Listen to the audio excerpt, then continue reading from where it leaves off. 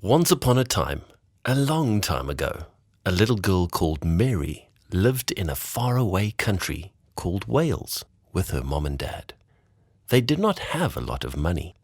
There was no school close to where Mary lived, and so she had not learnt to read or write. Every Sunday, Mary went to church with her parents. There she would listen to the minister read from the big Bible. Mary loved listening to the amazing stories about people like Noah and his ark, David and Goliath, and the miracles of Jesus. Mary tried really hard to remember all the stories the minister read in church, but it was too difficult. One day, Mary's dad came home with wonderful news. A school was opening in their village. "I can finally learn to read and write," thought Mary. "Now I can read the Bible stories myself." But in those days, books were very expensive. Mrs. Evans, who lived close by, was lucky enough to have a Bible of her own.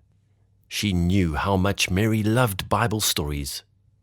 One day, she invited Mary to her house to come and read from her Bible. When Mary went to Mrs. Evans's house, she saw the big Bible on a special table on a beautifully embroidered cloth. "I wish I had a Bible of my own," said Mary. Then and there, she decided to do whatever it took to get a Bible of her own.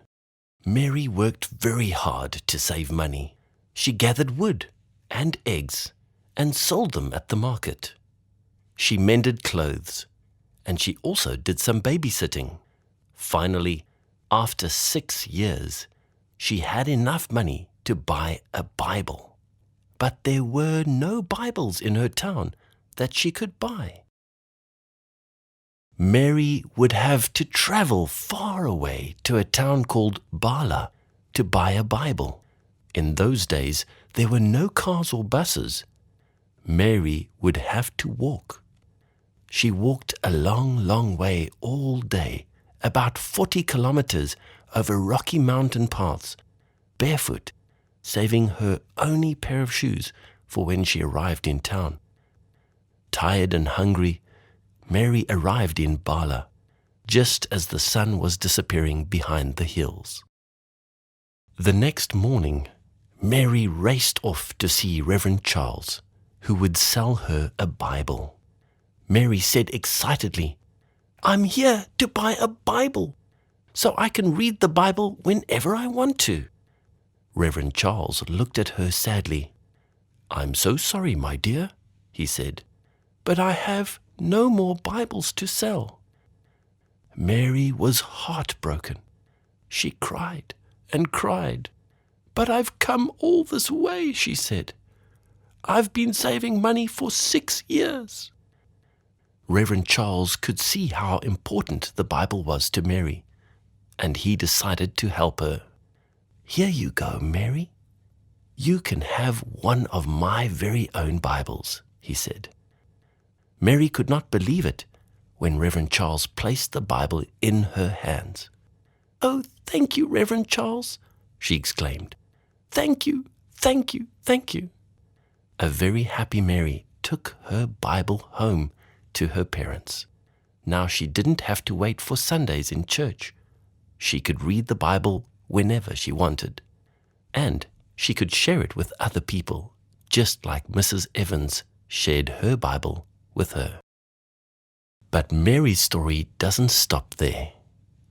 Reverend Charles kept thinking about Mary and how difficult it was for her to get a Bible. Later, he went to a meeting where ministers from all over the country were gathered, and he told them Mary's story.